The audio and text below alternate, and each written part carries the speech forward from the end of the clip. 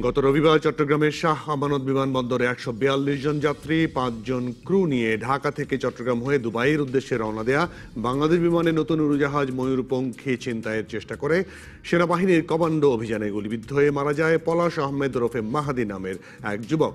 চট্টগ্রাম মহানগর police commissioner Mahbubur Rahman পলাশের কাছ থেকে উদ্ধার করা পিস্তলটিকে ফেক বা খেলনা পিস্তল বললেও তার কাছে কোনো পিস্তল থাকার কথা স্বীকার করেননি বেসামরিক বিমান পরিবহন এবং পর্যটন প্রতিমন্ত্রী মোহাম্মদ মাহবুব আলী। বেসামরিক বিমান চলাচল এবং পর্যটন মন্ত্রণালয় ৩ সদস্যের একটি তদন্ত কমিটি গঠন করলেও সংসদে সর্বদলীয় সংসদীয় কমিটির মাধ্যমে ঘটনা তদন্ত করার দাবি জানিয়েছে বিরোধী দল জাতীয় পার্টি। এর মধ্যে নিহত পলাশ সহ অজ্ঞাতনামা আরও কয়েকজনকে আসামি করে চট্টগ্রামের পতেঙ্গা থানায় সন্ত্রাস বিরোধী আইন এবং বিমান নিরাপত্তা বিরোধী অপরাধ দমন আইনে মামলা হয়েছে। তবে 4 ধাপের নিরাপত্তার মধ্যেও অস্ত্রধারী যুবক বিমানে উঠে ছিনতাইয়ের চেষ্টা করায় প্রশ্ন উঠেছে বিমানবন্দরের নিরাপত্তা নিয়ে। 2015 সালে ঢাকার হযরত শাহজালাল আন্তর্জাতিক বিমানবন্দরের নিরাপত্তা ব্যবস্থা পর্যবেক্ষণ করে যাত্রীদের সঠিকভাবে স্ক্যানিং করা হয় না, মালামাল ট্যাগ করার যন্ত্রপাতি ব্যবহার করা হয় না, যারা স্ক্যান করেন তারা অন্যদিকে তাকিয়ে থাকেন, টেলিফোনে কথা বলেন বা অন্য লোকের সঙ্গে গল্প করেন, তাদের কোনো প্রশিক্ষণ নেই ইত্যাদি নানা অভিযোগ এনেছিল যুক্তরাজ্য। তবে শাহজালালের নিরাপত্তা ব্যবস্থার উন্নয়নে যুক্তরাজ্য ভিত্তিক প্রতিষ্ঠান রেড লাইন সিকিউরিটির সঙ্গে চুক্তিও করে বেবিচক। তারপরেও নিরাপত্তার এই অবস্থা কেন? এসব নিয়ে আলোচনায় আজ রাজকাউন স্টুডিওতে আছেন বিমান বাংলাদেশ এয়ারলাইন্সের সাবেক ব্যবস্থাপনা পরিচালক ডক্টর এম.এ. মোমেন, নিরাপত্তা বিশ্লেষক অবসরপ্রাপ্ত এয়ার কমোডর ইশফাক ইলাহি চৌধুরী এবং সাবেক বৈমানিক ক্যাপ্টেন আলমগীর সাত্তার বীর প্রতীক। 3 জনকে স্বাগত জানাই আজকের রাজকাহনে। ইশফাক ইলাহি চৌধুরী, আপনাকে দিয়ে শুরু করি। আজকে আসলে একটা ধোঁয়াশা তৈরি হয়েছে গত বিমান ছিনতাইয়ের চেষ্টার পর থেকে, এক ধরনের ধোঁয়াশা। কেউ বলছে পিস্তল ছিল, কেউ বলছে পিস্তল ছিল না, কেউ বলছে কিছুই ছিল না, কেউ বলছে আসলে এটি আসলে কি আমিও বুঝছি না, মানে যারা দর্শক তাদেরও বোঝার নিশ্চয়ই গলতি আছে। আমি জানি না, আপনি যদি একটু বলতেন যে এত ধোঁয়াশা কেন? না, আমিও তো সেখানে ছিলাম না। আমরা যা রিপোর্ট আসছে পেপারে বা আপনাদের টেলিভিশনে যা দেখছি, যা শুনছি ইয়েতে, তাতে তো এখানে কেন যে ধোঁয়াশা সৃষ্টি হচ্ছে সেটাই আমি অবাক হচ্ছি। মানে প্রথম যখন মানে ঘন্টাখানেক পরেই কিন্তু ল্যান্ড করার উইদিন মিনিটস আমি একটা টেলিভিশন কোম্পানি থেকে আমার টেলিফোন আসছিল। তখনই আমি বলেছিলাম যে হতে পারে এটা ফেক। আমি তখন সন্দেহ করেছিলাম যে হতে পারে এটা ফেক, কারণ পৃথিবীর অনেক জায়গায় এই ধরনের হয়েছে যে এমনকি ধরুন আপনার পিস্তল নয়, আমার পকেটে পিস্তল আছে বা আমার এই আমি হাইজ্যাক করলাম, এইভাবেও মানুষ হাইজ্যাক করেছে, ভ্রান্তি তৈরি করে ভয়ভীতি তৈরি করে এরকম হতে পারে। পরে আবার শোনা গেল যে না, ভিতরে গুলির আওয়াজ হয়েছে, দিস দ্যাট, এবং আলটিমেটলি তো সে হাইজ্যাকিং হি অ্যাটেম্পটেড হাইজ্যাক। এটা নিয়ে তো কোনো সন্দেহ নাই। এয়ারক্রাফটটা ল্যান্ড করেছে, সবাই বেরিয়ে গেছে এবং তারপরে এনকাউন্টারে সে মারা গেছে। সুতরাং তার হাতে অস্ত্র জাতীয় কিছু একটা ছিল, এবং পিস্তল যদি সেটা খেলনা পিস্তল হয় সেটা ছিল, অথবা লাইভ পিস্তল ছিল। এটা নিয়ে আমার মনে হয় মানে বিভিন্ন অথরিটি এটা নিয়ে ধোঁয়াশা সৃষ্টি করছে। আমার মনে হয় পরিষ্কার একটা প্রেস স্টেটমেন্ট আসা উচিত ফ্রম এ টু জেড, যে এইভাবে হয়েছে, এতটার সময় এই ঘটনা ঘটেছে, এতটার সময় সে এয়ারক্রাফট ল্যান্ড করেছে, এতটার সময় সে যাত্রী। কারণ এখানে তো উইটনেস অনেক, একজন না তো। এই প্যাসেঞ্জাররা যখন বেরিয়ে যায়, ক্রুরা যখন বেরিয়ে যায়, তার সে তো ভিতরেই ছিল। সুতরাং এখানে সাক্ষী প্রমাণের কোনো অসুবিধা হবে না। সুতরাং এখানে কিছু একটা ছিল তার কাছে। এখন সেটা পিস্তল হোক বা প্লাস্টিকের হোক বা পিস্তল জাতীয় দেখতে অস্ত্রের মতো সেরকম একটা কিছু ছিল, সেটা পরিষ্কার করে বললেই হয়। ছবি দেখা দিতে পারে, এবং এই এত মানে conflicting statement from different corner, এবং যারা সেটা থানার পুলিশের ওসি হোক বা সিএমপি কমিশনার হোক বা আর্মি জিওসি হোক বা এয়ার অধিনায়ক বা এখানে ঢাকায় বসে যারা কথা বলছেন, আমার মনে হয় এক সুরেই কথা বলা উচিত, অথবা কথা না বলা উচিত, যে বলে ওকে official statement will be the final one. জি অবশ্যই। ক্যাপ্টেন আলমগীর সাত্তার, আপনার কাছ থেকে জানতে চাও যে একটি কথা বলা হচ্ছে যে বিমানটি স্বাভাবিকভাবে অবতরণ করেছে, মানে কথা হচ্ছে এটি ঢাকা থেকে চট্টগ্রাম হয়ে দুবাই যাওয়ার কথা, চট্টগ্রামে তো নামবেই, সেখানে 15 থেকে ফ্লাই করা, ঢাকা থেকে ফ্লাই করা 15 থেকে 17 মিনিটের মাথায় ক্যাপ্টেন এটিসি কে বলল যে আমার বিমানটা হয়তো ছিনতাই হয়েছে, সামথিং ইজ গোয়িং রং, আমি জরুরি অবতরণ করব। এটি জরুরি অবতরণ কিনা, বা প্রতিমন্ত্রী বলছেন যে এটি জরুরি অবতরণ নয়, স্বাভাবিক অবতরণ, আমি ঠিক জানি না। অ্যাজ এ ক্যাপ্টেন আপনি নিশ্চয়ই বলতে পারবেন ভালো করে। আমি বাসার থেকে আসার সময় কিন্তু আমি শুনলাম যে হ্যাঁ, এটা পুলিশের তরফ থেকে বা যেই হোক বলছে তার কাছে একটা পিস্তল ছিল এবং সেটা ফেক মানে খেলনা। আমার কথা হইল যে এটা ফেক না সত্যি, কথা হইল যে যখন তাদের স্টেটমেন্ট তো অ্যাকসেপ্ট করতে হবে, মন্ত্রী প্রতিমন্ত্রীর স্টেটমেন্টকে গুরুত্ব দেওয়ার মতো কোনো ব্যাপার না। নতুন মন্ত্রী আসছে, কিছু তাকে বলতেই হয়। কথা বলার দরকার কি? এটা বলে, কারণ নতুন একটা মন্ত্রী হয়েছে এত বছর পরে। এর আগের যে মন্ত্রী সে তো বলছে যে আমি বিমানকে লাভজনক করে ছাড়বো। হ্যাঁ, আরে বাবা, এটা তোমার ব্যাপার না, এটা বিমানের বোর্ড আছে, বোর্ডের ডাইরেক্টর যে চিফ আছে, হ্যাঁ, ওনরা বুঝবেন। তুমি সমস্ত এয়ারলাইন তোমার আন্ডারে থ্রু সিভিল এভিয়েশন। তো যদি কোনো অনিয়ম বিমানে হয়, দুর্নীতি হয়, তুমি সিভিল এভিয়েশনকে বলো, civil aviation will act, not you. তো ওই মেঠো বক্তৃতা দেওয়ার অভ্যাস ছাড়তে পারেনি, গিয়ে এক বক্তৃতা দিল, মেঠো বক্তৃতা। তাই এখন যে মন্ত্রী যা বলছে আমি খুব গুরুত্বের সাথে নিচ্ছি না।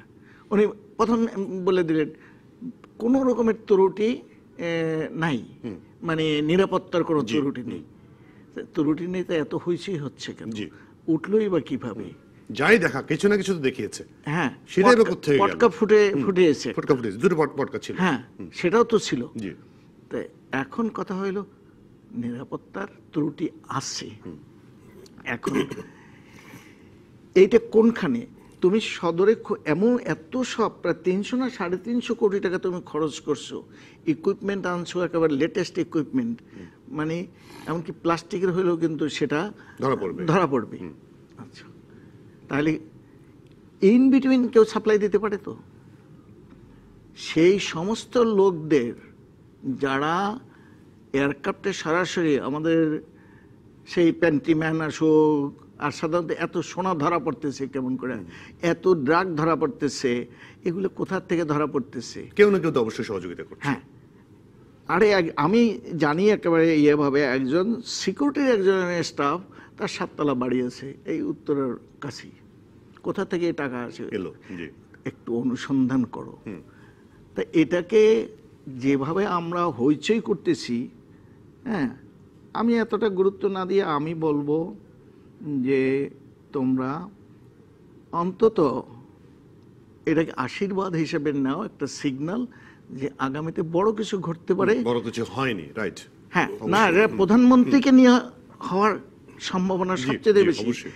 বাকিগুলো প্রধানমন্ত্রীকে নিয়ে হয়েছে তো একটা, হয়েছে এর আগে না না খুব বড় যে সেটা যে স্যাবোটাইজ ছিল, মানে কোনো সন্দেহ নাই, এটা বিশ্লেষণ করিয়া কেউ লেখেও নেই ভালোভাবে।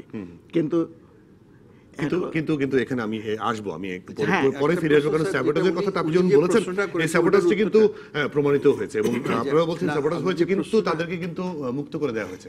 আপনি একটা প্রশ্ন করেছেন, ওটার কিন্তু উত্তর হলো না, মানে ওই যে ইমার্জেন্সি, হ্যাঁ, ইমার্জেন্সি ল্যান্ডিং। ইউ সি, যখনই এয়ারক্রাফটটা উনি পাইলট টের পেয়েছে যে সে জোর করে ঢুকতে চাচ্ছে বা হইচই হচ্ছে, it's an emergency, he has to switch on that hijacking mode, এবং সঙ্গে সঙ্গে সে যদি ট্রান্সমিট নাও করে, ওই রেডারে বুঝে যাবে যে এই এয়ারক্রাফট হাইজ্যাক হয়েছে, এবং এই হাইজ্যাক মানেই কিন্তু ইমার্জেন্সি। তখন স্বাভাবিকভাবে ল্যান্ড করবে, তো সে স্বাভাবিকভাবেই করেছে, কিন্তু the landing will be, this will be an emergency landing, সমস্ত অ্যালার্ট হয়ে যাবে, আপনার ফায়ার ব্রিগেড, এটিএফ, মানে অ্যাজ ইফ, কারণ anything can happen. You see, we are very lucky যে আমরা সুন্দরভাবে সে ল্যান্ড করেছে, কিন্তু অনেক কিছু হতে পারত। সে ডিক্লেয়ার করেছে যে এটা হাইজ্যাক। ওকে, ডক্টর মোমেন, আসলে এই ধোঁয়াশার কথাটা বলে আমি একটু অন্য আলোচনা আসবো। ধোঁয়াশার বিষয়টা আসলে কেন আসবে, দুজনেই বললেন। আমি আসছি, air commander Ishfaq, captain Alamgir, দুইজনই কিন্তু প্রফেশনাল। আপনি এখানে আমাকে পাচ্ছেন, আমি অ্যাকচুয়ালি প্রফেশনাল না। আই সার্ভ বিমান ফর অ্যাবাউট 3 years। তো সেই অর্থে আপনি আমাকে একজন জেনারেলিস্ট ধরতে পারেন, কিন্তু কাজ করার কারণে অভিজ্ঞতা থেকে যা শিখছি সেখান থেকে কিছু কথা বলবো। প্রথমত, এই যে বন্দুকটা এই যে পিস্তলটা, এটা যদি সত্যিকার পিস্তল হয় কিংবা খেলনা পিস্তল হয়, তাতে কিচ্ছু আসা যায় না।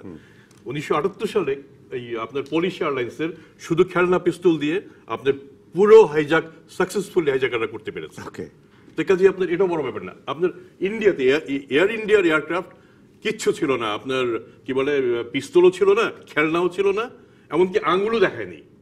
এবং ছাত্ররা একটা এয়ারক্রাফটকে হাইজ্যাক করে ফেললো এবং সেই সময় তাদের দাবি হচ্ছে লখনৌ ইউনিভার্সিটিতে তাদের যে পরীক্ষা শিডিউল পেছাতে হবে। কাজে আপনি আপনার হাতে অস্ত্র থাকলো কি থাকলো না এগুলি খুব ম্যাটেরিয়াল না। কিন্তু বিমানেও কিন্তু হয়েছে একটা, বিমানে কিন্তু একটা খেলনা পিস্তল দিয়ে যশোর ফ্লাইট না কলকাতা ফ্লাইটে ক্যাপ্টেন ছিলেন এই যে আমাদের গহর রিজভির বড় ভাই আসগর রিজভি, হ্যাঁ, সেই খেলনা পিস্তল দিয়ে কলকাতায় এসে শেষ পর্যন্ত সেটা ডিটেক্টেড যে এটা খেলনা পিস্তল। আবার মানে আমি এই অংশটা আসছি, কাজেই মানে ওটা খুব বড় ব্যাপার না। আপনার হাতে কি থাকলো, আপনার হাতে যদি কিছু নাও থাকে, আপনি যদি সেরকম বুদ্ধিমান হন, আপনি সাকসেসফুলি হয়তো করতে পারবেন। এখন প্রশ্ন হচ্ছে, যদি আমরা শেষ পর্যন্ত আমরা দেখলাম যে এটা একটা খেলনা পিস্তল, আমরা যে কথাগুলি বলছি আমাদের উৎস কি? চিটাগাংয়ের জিওসি স্টেটমেন্ট, ওখানকার এয়ারফোর্স প্রধান একজন এয়ার ভাইস মার্শাল তার বক্তব্য, চিটাগাংয়ের পুলিশ কমিশনারের বক্তব্য, সিভিল এভিয়েশন অথরিটির চেয়ারম্যানের বক্তব্য, মাননীয় মন্ত্রীর বক্তব্য, এবং আমরা পত্রপত্রিকা যা পড়ি এবং র্যাবের স্টেটমেন্ট, এগুলি হচ্ছে আমাদের তথ্যের উৎস। এখন আমরা তিনজন কেউই ঘটনাস্থলে ছিলাম না, কাজে আমাদের এখান থেকে অ্যানালিসিস করে বের করতে হবে যে আসলে ঘটনাটা কি। তারপরে আমি বলবো যে এটাই শেষ না, তদন্ত তো হবে। বাংলাদেশে এবার দুর্ভাগ্যবশত সব তদন্তের রিপোর্ট ঠিকভাবে আমরা পাই না, যদি আমরা পাই তাহলে হয়তো আমরা জানতে পারবো। আচ্ছা, এখানে আপনি দেখেন, আমরা যদি এই তাদের প্রত্যেকের স্টেটমেন্টগুলি যদি দেখি, আপনি দেখবেন খুব লট অফ কন্ট্রাডিকশনস। একবার মনে হচ্ছে ওখানে এয়ারক্রাফটের ভিতরে একটা এনকাউন্টার হয়েছে, একটা খুব ভয়ঙ্কর রকম এনকাউন্টার হয়েছে, নতুবা গোলাগুলি না হলে পরে সে মরে কিভাবে?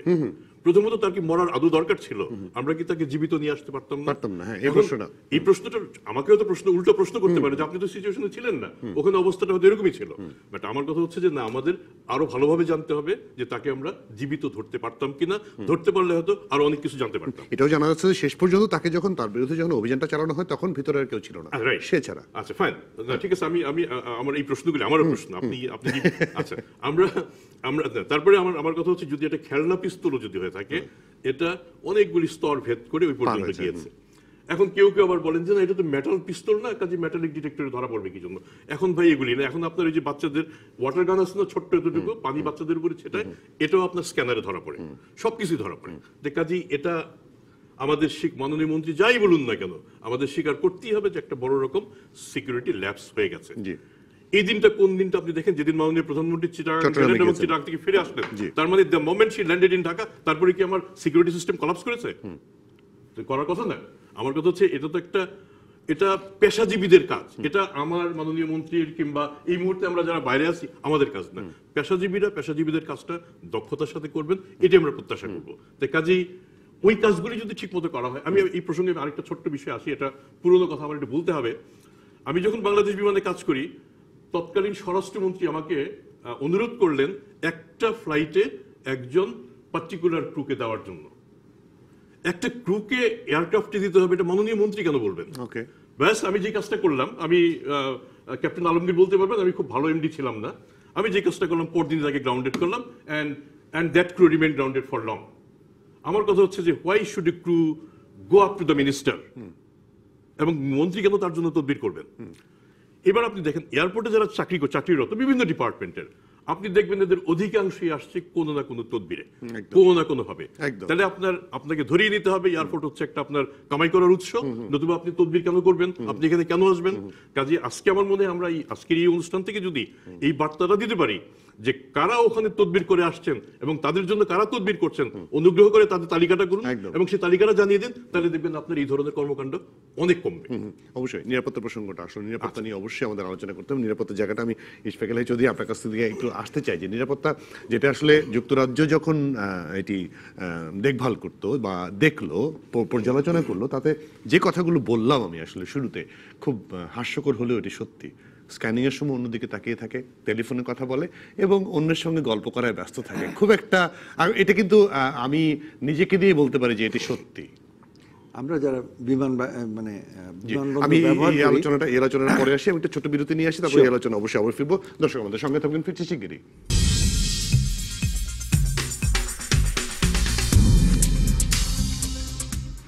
আবারও স্বাগত রাজকাহনে ইশফাক এলাহি চৌধুরী। আমি যেটা প্রশ্ন করেছিলাম আসলে বিরতি যাবার আগে, যে নিরাপত্তা প্রশ্নটা কিন্তু প্রশ্নবিদ্ধ, আসলে প্রশ্নবিদ্ধ, সেটি থেকে আমরা কিন্তু এখনো উঠতে পারিনি। যুক্তরাজ্যের নির্দেশনায় বা যুক্তরাজ্যের দেখভালে একটি কমিটি, একটি গ্রুপ এখনো নিরাপত্তা দেখছে, কিন্তু তারপরেও কিন্তু দৃশ্যমান কোনো উন্নতি হয়েছে কি? না, উন্নতি যে হয়নি সেটা আমি বলবো না, হয়তো আগের অবস্থা থেকে, কিন্তু সেই একই সঙ্গে কিন্তু চাপও বেড়েছে, মানে অনেক ফ্লাইট বেশি, অনেক প্যাসেঞ্জারকে হ্যান্ডলিং করতে হয়। কিন্তু যে কথাগুলো আপনি বললেন যে ওদের অবজারভেশন ছিল যে তারা ডিউটিতে ঠিকমতো তাকাচ্ছে না, ঠিকমতো ডিউটি করছে না, তো এটা আমরা যারা ব্যবহার করি তারাও দেখি অনেক সময়। তো এটাকে আমি মনে করি যে আমাদের পার্ট অফ আওয়ার কালচার। যে বাংলাদেশের এয়ারপোর্টের অবস্থা, মানে বাইরে থেকে যখন আসেন, তার থেকে বেরিয়ে যখন রাস্তায় চলেন, আপনি দেখেন ট্রাফিক এত পুলিশ আছে, মানে লাইক, মানে সিঙ্গাপুরে আপনি কোনোদিন পুলিশ দেখবেন না, but there is a traffic, everybody is following দিকে। এখানে আপনার ট্রাফিক রীতিমতো হাতে হাত ধরে রাস্তা বন্ধ করতে হবে, বেচারা। তো আমাদের রেলওয়ে, আমাদের রোডস, আমাদের রিভার্স, আমাদের এয়ারপোর্ট সবই আমাদের একটা কালচারের, আমি মনে করি যে একটা অংশ। হঠাৎ করে আপনি এখানে চেঞ্জ করতে পারবেন না। ইকুইপমেন্ট আপনি কিনতে পারবেন, কিন্তু সেই ইকুইপমেন্টের পিছনে যে মানুষ এবং যে ডেডিকেশন এবং যে সেগুলো, আর যেসব ফ্যাক্টরসগুলো বললেন, ওইটার সাথে আরেকটা ফ্যাক্টরস আমি বলবো যে ট্রেড ইউনিয়নিজম, যেটা আমাদের সিভিল এভিয়েশনে আছে, যে আমরা ক্ষমতায় এমন, উনি চেয়ারম্যান বলুন বা ডাইরেক্টরস বলুন, অনেক মানে বড় বড় পোস্টে আছেন, কিন্তু একজন ক্লিনার বা একজন পিয়ন পেয়াদারও চাকরি খাওয়ার মতো ক্ষমতা নাই। বিমানের উনি তো এমডি ছিলেন, এরকম অনেক এমডি আসছেন যে আমরা এই করেন গা, সেই করেন গা, আলটিমেটলি সব উনি নিজেই ঘেরাও হয়ে গেছেন। সো এইগুলো, এই যে ইয়েগুলো, এবং উনি যে উদাহরণ দিলেন যে গাড়ি বাড়ি আছে, তারা ওখান থেকে যেতেও চায় না, প্রমোশনও চাবে না, তাদের কিছুই দরকার নেই, কিন্তু তারা এই সাইকেলের ভিতরে আছে, যার ফলে অনেক সময় মানে ইনএফিশিয়েন্ট লোককে দিয়ে আপনি এফিসিয়েন্সি আদায় করতে পারবেন না, এবং এই ধরনের স্টেপ হচ্ছে। তবে তাও আমি বলবো যে ওভার অল দিস ইয়ার্স, এত বছরের মধ্যে এই একটা ঘটনা ঘটেছে, তো সেটা আমরা নিশ্চয়ই সুষ্ঠুভাবে তদন্ত করে যদি আমরা আমাদের দুর্বলতাগুলো বের করতে পারি, হোয়াট হ্যাপেন্স, যে আমরা মানুষ সঙ্গে সঙ্গে ডিফেন্সিভ হয়ে যায়, ডিনায়াল মোডে চলে যায়। সেটা না করে আমরা যদি আমাদের সত্যকে আমরা যদি সামনে তুলে আনার চেষ্টা করি, তাহলে হয়তো এই যেসব রিকমেন্ডেশনস আসবে সেগুলো ইমপ্লিমেন্ট হলে হয়তো আমাদের সামনের দিকটাতে ভালো হবে। তবে ডেফিনেটলি সিস্টেমের ইমপ্রুভমেন্ট প্রয়োজন, খুব খুব বেশি। আমার বক্তব্য হলো, কারণ এখন যারা সিভিল এভিয়েশনের সেফটি দেখাশোনা করতেছেন, সব ইন্সপেক্টর সবই আমার ঘনিষ্ঠ, হ্যাঁ, কেউ এক্স-পিআইএ, কেউ সিকিউরিটির ইমপ্রুভমেন্ট হয়েছে সব জায়গায়, না অনেক উন্নতি হয়েছে, কিন্তু একটা সমস্যা কি হলো, আমাদের বিমান বাহিনীর প্রতি আমার কিন্তু একটা আলাদা রকমের সফট কর্নার আছে তাদের প্রতি আমি, হ্যাঁ, কারণ আমি কিলো ফ্লাইট যেটা, হ্যাঁ, সেই কিলো ফ্লাইটের একজন মেম্বার, সুতরাং আমি বিমান বাহিনীর কিন্তু বাইরের না, প্রতিষ্ঠাতাদের একজন। এবং আমাদের যে ফ্লাইং ক্লাব থেকে যারা আসে বা অন্যদের চেয়ে বর্তমানের, আমি আগের কথা বলছি না, বর্তমানের এয়ারফোর্সের পাইলট বলি, ইঞ্জিনিয়ারিং, তাদের কোয়ালিটি অনেক অনেক বেটার, অনেক, কিন্তু সবাই না। এই যে রিক্রুটমেন্ট করতে গেলে এমনই একটা ঝোঁক যে এই যে সেফটি ডিপার্টমেন্ট দেখতেছেন, হয়তো পারে যে সেফটি ডিপার্টমেন্টে যে ডিরেক্টর আছেন উনি ইজ ভেরি কোয়ালিফাইড, ভালো মানুষ, কিন্তু ওখানে অসংখ্য, যদি কখনো ক্যাডেট ছিলেন এয়ারফোর্সে, আরে ওরে নিয়ে নাও, এয়ারফোর্স হইলেই নিতে হবে। এখানে যে এদেরই একজন কিন্তু ইনভেস্টিগেট করবে, তদন্ত কমিটির চিফ, তদন্ত কমিটির চিফের যে মাথা সুস্থ আছে কিনা সেইটা আগে পরীক্ষা করো। এই যে নেপালে যে ইয়েটা হয়েছে, আমি একেবারে ভালোভাবে লিখিতভাবে বিশাল বই সাবমিট করতে পারি যে এখানে ভুল ছিল পাইলটের, সম্পূর্ণটা ভুল। কিছু বলতে পারি নাই কেন, টেলিভিশনে বলতে পারি নাই, আমার ছেলে বয়সী, সে ছেলের চেয়ে ছোট আদনান, ওর বয়স হইতে পারে 51-52, আমার ছেলে ওর চেয়ে বড়, ওর বউ মারা গেল। আমি এই সময় কেমন করে তার উপরে সব দোষ চাপাই, আমি বলতে পারিনি। কিন্তু আমাদের যে তদন্ত করছেন, না না না, ইউএস বাংলার কোনো ভুল ছিল না, সব ভুল ওদের বলে দিল। কি শেষ পর্যন্ত প্রমাণিত হয়েছে যে পাইলটের ভুল, পাইলটের ভুল। কিন্তু তারপরেও কি হয়েছে, উনি আবার দাঁড়ায় খুব একটা বক্তৃতা দিচ্ছে, না কোনো ইসের ভুল ছিল না, ওরা অনেক ভুল সিগন্যাল দিছে, এইটা করছে ওইটা করছে। এই যদি হয়, এবারে যদি সেই একই লোক দিয়ে আবার তদন্ত করা হবে, তদন্ত যে চিফ হবে কোন আমলে, তাহলে প্রত্যেকটা ওখানে যে যারা আছে, যাদেরকে রিক্রুট করছো, কেন এয়ারফোর্স থেকে আউট হয়েছিল, কি কারণে, কি কোয়ালিফিকেশন, এগুলো একটু খোঁজ নিয়ে তারপরে ওখানে তো এরা তো চুক্তিভিত্তিক। আমাদের বিমান বাহিনী এখন সিভিল এভিয়েশনের চিফ, তার চিন্তা করা উচিত চুক্তিভিত্তিক। আমি ওইটা বুঝি না, এটা এই এয়ারফোর্সে পাইলট অফিসার ছিল না ক্যাডেট ছিল না কি ছিল। আমি কতগুলো ক্যাডেটকে দেখছি যারা মানে বেপরোয়া বলে তাদের আউট করা হয়েছিল, সব কোনো রকম কানেকশন সব ঢুকাইছে। আচ্ছা, সেটা এয়ারফোর্সের হোক, সিভিলিয়ানের হোক, এগুলোকে সবাইকে বাদ দেওয়া উচিত। আর না হয় এই যে যত নিরাপত্তা নিয়ে যে তুমি 300 কোটি টাকা করছো না, 350 কোটি টাকা এই পর্যন্ত খরচ করছে, লাভের লাভ কিছু হবে, লাভ কিছু হবে না। আর একটা একই সাথে বলে দেই, যদি অন্য কেউ বুঝে বলেন যে এইবারের এই হাইজ্যাকিং এর মতো আশীর্বাদ সরকারকে সচেতন করছে, এখন সচেতন হবে কিনা জানি না। আমাদের, আমি আবার সেদিনকেও বলছি আমি যে আমাদের এখানে টার্গেট একজন, সেটা হলো আমাদের প্রাইম মিনিস্টার, যার রিপ্লেসমেন্ট নাই। ভবিষ্যতে সেখানে কোনো কম্প্রোমাইজ হতে পারে না। তার ফ্লাইটে যারা অ্যাটেন্ড করবে, ওর প্রত্যেকের বায়োডাটা থেকে শুরু করে একটা টিম, সেটা মেনটেনেন্সের, ট্রাফিকের, সিকিউরিটির, একেবারে বিশেষ রকমের ইয়ে থাকবে যে প্রাইম মিনিস্টারের ফ্লাইটে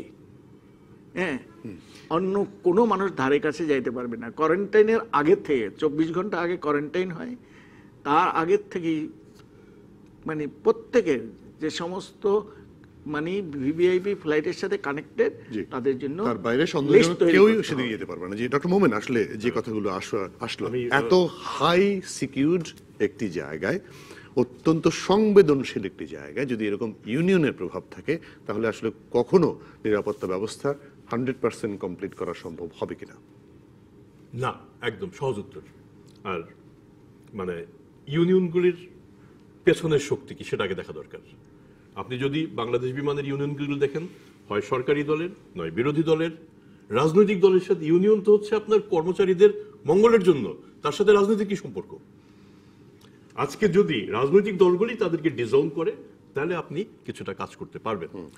আমি ভাগ্যবান, আমি যে সময় কাজ করি তখন কেয়ারটেকার গভর্নমেন্ট ছিল, আমার সময় সেই সময়টায় ভার্চুয়ালি কোনো ইউনিয়নে কাজ করেনি। তো কাজে আমি সেই জন্য আমি কিছু কাজ আমার পক্ষে করা সম্ভব হয়েছিল। আমি পুরনো প্রশ্নটাতে আবার আসি যে আমাদের সিকিউরিটি সিস্টেমের অনেক উন্নতি হয়েছে, কিন্তু অনেক উন্নতির সাথে ল্যাপসও আছে। আপনার 68 থেকে 72 এই সময়টা ছিল হাইজ্যাকিং এর গোল্ডেন এজ। ওই সময়টা মানে অলমোস্ট এই 2-1 দিন পরপরই একটা না একটা এয়ারক্রাফট হাইজ্যাক হচ্ছে, আপনি শুনতেন। 73 সালে এসে তখন এই যে ইউনিভার্সাল স্ক্রিনিং, প্রত্যেককে চেক করতে হবে, সেই আদেশটা আসে। আচ্ছা, এখন আমরা সেই আদেশটা কতটা মেনেছি? আমার মনে হয় আমি একবার বিদেশে যাওয়ার পথে আমি পররাষ্ট্রমন্ত্রীর সাথে ছিলাম, পররাষ্ট্রমন্ত্রীর জুতো খুলে যখন চেক করলো, আমার খুবই মানে ইগোতে লেগেছে আর কি। আমি বললাম, look, he is the Colin Powell of my country.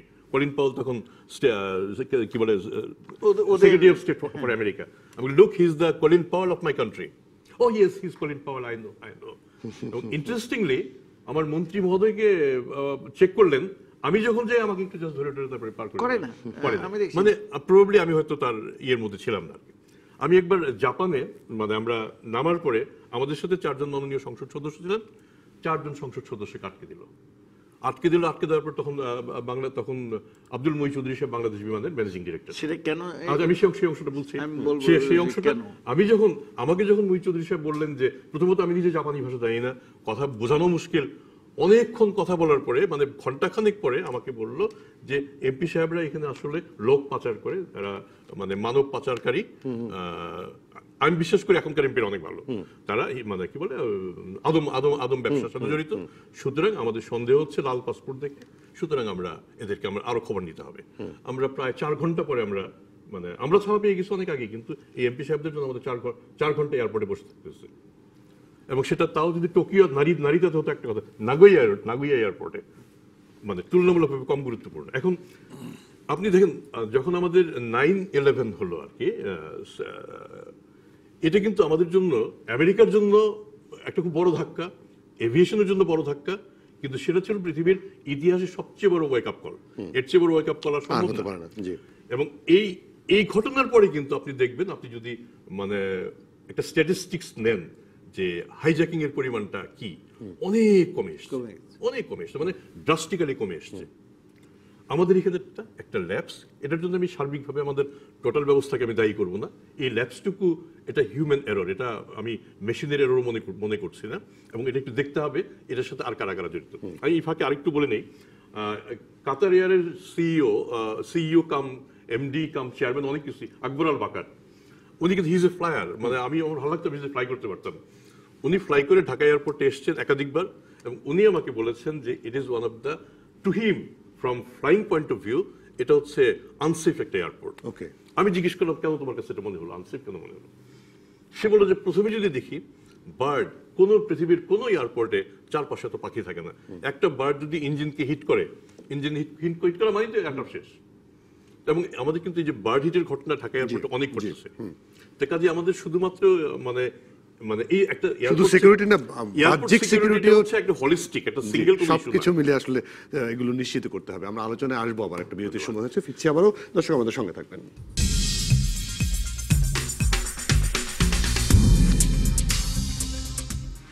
আমার স্বাগত রাজকাহনে ইশফাক এলাহি চৌধুরী। আসলে এই যে ঘটনাটি ঘটলো, যেটি আসলে জানি না ঘটনাটি যাই ঘটুক না কেন, এটি একটা হাস্যকর বলেও আমরা বলতে পারি, আবার এক ধরনের, অনেকেই বলছে এক ধরনের নাটক। যাই হোক না কেন, যেটি হয়েছে সেটি আমাদের বিমানবন্দরের নিরাপত্তা ব্যবস্থাকে একটা প্রশ্নের মুখে ফেলে দেওয়ার চেষ্টা কিনা, সেরকম কোনো চেষ্টা কিনা সেটাও জানি না। যুক্তরাজ্য কিন্তু 2 বছর ধরে বন্ধ রেখেছিল যুক্তরাজ্যে সরাসরি কার্গো ফ্লাইট চলাচল করা, তারপরে চালু হয়েছে, বেশি দিন হয়নি, 2018-তে চালু হয়েছে আবার। কিন্তু এরপরে আরও একটি ঘটনা, এতে বহির্বিশ্বে আমাদের নিরাপত্তা ব্যবস্থার যে নেতিবাচক খবরটা যাচ্ছে, সেটি আমাদের জন্য কতটুকু খারাপ? না, আমি প্রথমত মনে করি না এটা কোনো নাটক, এবং আমি এটা হাস্যকরও মনে করি না। এটা অত্যন্ত সিরিয়াস একটা ঘটনা, এবং এটা ঘটেছে, এটা নাটক নয়, এটা ঘটেছে এবং এটার পরিসমাপ্তিও হয়েছে। এখন কিভাবে ঘটলো, এর পরিসমাপ্তিটা সব মানে এইটাই হওয়া উচিত ছিল কিনা, এটা নিয়ে অনেক আলোচনা হতে পারে। এবং যেহেতু এটা তদন্ত সাপেক্ষ, আমি চাইবো এখন যে তদন্তটা সুষ্ঠুভাবে হোক। কিন্তু ইতিমধ্যে আপনি দেখেছেন যে একটা কিছু ইস্যু রেজ করা হয়েছে যে এই তদন্ত কমিটি দিয়ে কাজ হবে না, সংসদীয় কমিটি, তারপরে বলবেন যে বিচারক, হাইকোর্টের বিচার বিভাগ। So YONO this are not the right thing to do. তো কিন্তু ডেফিনেটলি হয়তো এটা ইম্প্যাক্ট হবে, কিন্তু যেহেতু এটা এমন ওই ধরনের মেজর কোনো এখানে এয়ারক্রাফট ড্যামেজ হয় নাই, প্যাসেঞ্জার্স কোনো মারা যায় নাই, ক্রুর কিছু হয়নি, হয়তো কিছুদিন পরে হয়তো এটা ফ্রন্ট পেজ থেকে চলে যাবে, আমাদের বাংলাদেশ থেকেও চলে যাবে, ইন্টারন্যাশনাল নিউজ, নতুন নতুন ইস্যু আসবে। এখন ইন্ডিয়া পাকিস্তানের যে ইস্যুগুলো আসছে সামনে, সেগুলো আসবে। তবে আমি মনে করি না যে এর জন্য আমাদের একদম ডাউনগ্রেড হয়ে যাবে এই ধরনের কিছু। হয়তো আপনি কিছু বলতে পারেন, কিন্তু এটা যে একটা ধাক্কা যে লাগলো, ওয়েক আপ কল যেটা আমরা বলছি, সেটাকে সুবিবেচনায় নিয়ে যদি আমরা কারেক্টিভ মেজার্সগুলো নেই, একটা দেশ অন্য বাইরের বিশ্ব দেখবে যে ঘটনার পরে আমরা কি করেছি, ঘটনা ঘটাটাও যেরকম তারা দেখবে ঘটনার পরে আমরা কি কারেক্টিভ মেজার্স নিয়েছি না আমরা ধামাচাপা দেওয়ার চেষ্টা করেছি, সেটা ইম্পর্টেন্ট। যদি আমরা কারেক্টিভ মেজার্স নেই এবং সেটা যদি ভিজিবল হয়, আমার মনে হয় না কোনো লং রেঞ্জ এফেক্ট এটার উপরে হবে, জি দীর্ঘমেয়াদী কোনো এফেক্ট হবে না। জি, ওয়েক আপ কলের কথা বলছেন আলমগীর সাত্তার। 2016 সালে কিন্তু এয়ারপোর্টে ঢোকার সময় একজন আনসার সদস্যকে ছুরিকাঘাত করা হয়েছিল। তাকে বলা হয়েছিল সে মানসিকভাবে অসুস্থ, সেটাও একটা ওয়েক আপ কল ছিল। এরপরে কিছুদিন সিকিউরিটি টাইট ছিল, গাড়ি নিয়ে ঢোকার সময় থেকে শুরু করে সিকিউরিটি সিকিউরিটি সিকিউরিটি, এরপর আবার ঢিলে ঢালা। এইটাই তো সমস্যা আমাদের, নাকি? আমাদের সমস্যা অনেক, কিন্তু আমি তৌফিক ভাইকে বলি যে খুব সুন্দরভাবে বলে, আমি বলছি যে এই ঘটনাটা আশীর্বাদ, আর ইয়ে বলতেছেন যে ওয়েক আপ কল। আমাদের ঘুম ভাঙাবেন কি? ঘুমন্ত মানুষকে ঘুম ভাঙানো যায় না। ওই কয়েকদিন পরে না আস্তে আস্তে আবার। হ্যাঁ, আরেকটা সমস্যা হলো ভিআইপিরা যে ওই রুমের মধ্যে বসে থাকে, তার সঙ্গে আমাদেরকেও ভিআইপি স্ট্যাটাস দেওয়া হয়েছে, এমনকি তারপরে সে যাবে না, তার ব্যাগে জানতে যাবে দুইটা মানুষ। হ্যাঁ, ওইখানকার সিকিউরিটি বা কাউকে বললো যে ভিআইপি মানুষ সে আসবে কেন? হ্যাঁ, ভিআইপি তো আমার স্যারও ভিআইপি, সেও ভিআইপি, জয়েন্ট সেক্রেটারি হোক, আমি এয়ার কমোডার, গ্রুপ ক্যাপ্টেন পর্যন্ত তো ভিআইপি। জি, ভিআইপির সংখ্যাটা খুব বেশি আর কি। হোক, এই দুজন ভিআইপির সামনে আমি বলতেছি, ও আমিও আপনি নিজেও VIP, হ্যাঁ। বীর প্রতি আচ্ছা যাই হোক না, আমাকে ভিআইপি দিচ্ছে। এই ভিআইপির এই সমস্ত সমস্যাটা করে লোক পাঠিয়ে দিচ্ছে দুইজন দলবল নিয়ে। কেন একটা ভিআইপি, আমি তো আরো কত এয়ারপোর্টে গেছি, ভিআইপির জন্য এরকম লাউঞ্জ। আমাদের এয়ারপোর্টে জায়গার মূল্য নেই। এখন হলো কি, আর এক কথা এসেছে, আজকের যে সাবজেক্ট না এটা, 2 লক্ষ কোটি টাকা দিয়ে যে আর কোথাও একটা এয়ারপোর্ট করতে পারি, তাই 1 লক্ষ টাকা চুরি করতে পারবো, সেই জন্য আর কিছু নাই। এইখানে তো আমি আমার কাছে দেখ, আমি প্ল্যান বানাই দেই, যে অরিজিনাল প্ল্যানটা বাইর করুক, 2টা রানওয়ে করে দিয়া, হ্যাঁ, কি করা যায় এইটাকে। এটা তো করাচিতে রিমুভ করে নেই, দিল্লিতে রিমুভ করে নেই, কলকাতায় করে নেই। আমাদের হঠাৎ 2 লক্ষ কোটি টাকা কার জন্য খরচ করতে হবে আমি জানি না, এই প্রসঙ্গটা আজকে আলোচনায় আসে না। ভিআইপিরা একটা প্রবলেম, এইটাকে আর একটু ইয়ে করতে হবে, যে ভিআইপি লাউঞ্জটাকে ভাঙতে হবে। ওই সামনে অন্য অ্যাডমিনিস্ট্রেটিভ বা অন্য তার জন্য, তার গাড়ি রাখার জন্য একটা আলাদা, আবার ভিআইপির সাথে আবার ট্যান্ডল নিয়ে যায় তো ভিআইপিকে অগ্রসর, ইনক্লুডিং পারহাপস গানম্যানও, মানে এমপি মন্ত্রীদের আবার গানম্যানও নিয়ে যায়। সে গান নিয়ে ঢুকতে দেয় ভিআইপি ইস্যুর মধ্যে।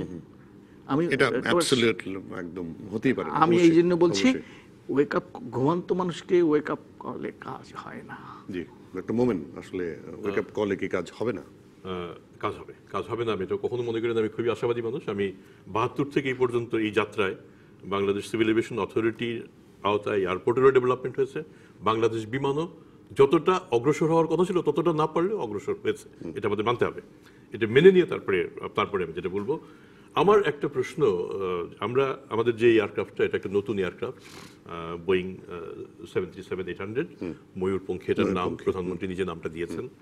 এই এয়ারক্রাফটটা ঢাকা থেকে যাবে এই ছোট্ট অল্প কিছু সময়ের জন্য চিটাগাং, আমার 25-30 মিনিট, তারপর ওখান থেকে যাবে দুবাই। এই এয়ারক্রাফটটি আপনার একদিকে উঠছে ইন্টারন্যাশনাল প্যাসেঞ্জার, আবার ডোমেস্টিক থেকে গিয়ে ওখান থেকে উঠছে আপনার ডোমেস্টিক প্যাসেঞ্জার।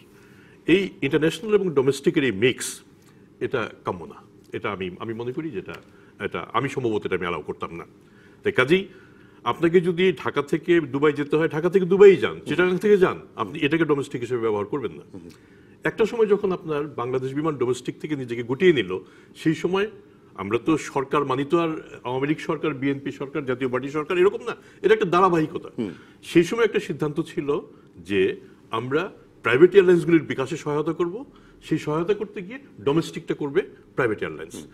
এটা ফিডার হিসেবে ইন্টারন্যাশনালি বিমান চলে আসবে, ডোমেস্টিক যখন উপযুক্ত, প্রাইভেট এয়ারলাইন্স যখন উপযুক্ত হবে তারাও ইন্টারন্যাশনাল করবে।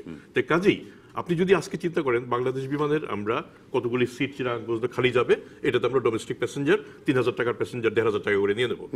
তাহলে কি করলেন আপনি? মার্কেটটাকে ডিস্টর্ট করলেন। এই মার্কেট ডিস্টর্শনের কারণে প্রাইভেট এয়ারলাইন্সগুলি দাঁড়াতে পারবে না। তো কাজেই আমার মনে হচ্ছে এই ঘটনাটাকে লক্ষ্য করে এই সিদ্ধান্তে পৌঁছাটা ভালো হবে যে আমরা এই যে ঢাকা থেকে চিটাগাং মিক্সড প্যাসেঞ্জারগুলো না আমরা তুলবো না, আমরা ইন্টারন্যাশনালি করব।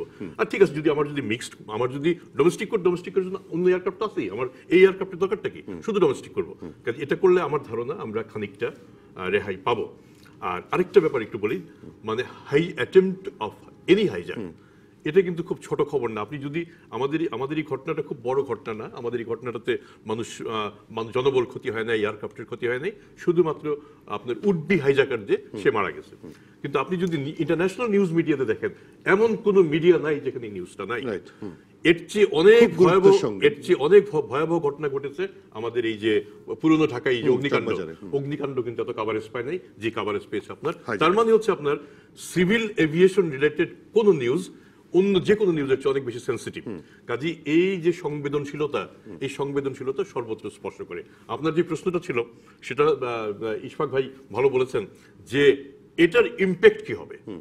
আপনার যে খবরটার আন্তর্জাতিক সংবেদনশীলতা বেশি, এটা কিন্তু একদম সবাইকে টাচ করবে। মানুষ যখন, আমরা সবসময় আমরা ভাবি যে আমাদের এখানে ডাইরেক্ট ফরেন ইনভেস্টমেন্টটা বেশি হোক, ওরা তখন অনেকগুলি প্যারামিটার হিসাব করে, তার মধ্যে কিন্তু আপনার এয়ারপোর্ট, এয়ারক্রাফট এগুলো কিন্তু রয়েছে। কাজে এটাও কিন্তু একটা ম্যাট্রিক্স হিসেবে সেখানে চলে যাবে। এটা যদি আমরা মানে ওভারকাম না করতে পারি, আমিও বিশ্বাস করি এটা লং টার্ম কোনো ইম্প্যাক্ট হবে না। কিন্তু যদি এই ওয়েক আপ কলের পরে আবার যদি আরেকটা ঘটনা ঘটে, আপনার কি মনে আছে আপনার 374 মালয়েশিয়ায় ওই এয়ারক্রাফটের দুর্ঘটনার পরপরই কিন্তু আরেকটা দুর্ঘটনা ঘটল মালয়েশিয়াতে। কাজেই আমরা প্রত্যাশা করব আমাদের দেশের জন্য এরকম ঘটনা কখনোই ঘটবে না। ডক্টর মোমেন, আপনাকে অসংখ্য ধন্যবাদ। আলমগীর সত্তার, আপনাকে ধন্যবাদ। ইশফাক এলাহি চৌধুরী, আপনাকে ধন্যবাদ আজকে আমাদেরকে সময় দেওয়ার জন্য। দর্শক, আপনাদেরকে ধন্যবাদ, আপনারা যারা এতক্ষণ আমাদের সঙ্গে ছিলেন। রাজকাহনের পরবর্তী পর্বে নগরে নিরুত্তাপ নির্বাচন বিষয়ে আলোচনা করবেন সাবেক নির্বাচন কমিশনার মোহাম্মদ শাহনেওয়াজ, বাংলাদেশ যুব মহিলা লীগের সাধারণ সম্পাদক অধ্যাপক অপু উকিল এবং গণসংহতি আন্দোলনের প্রধান সমন্বয়কারী জুনায়েদ সাকি। সাথে থাকুন আপনিও।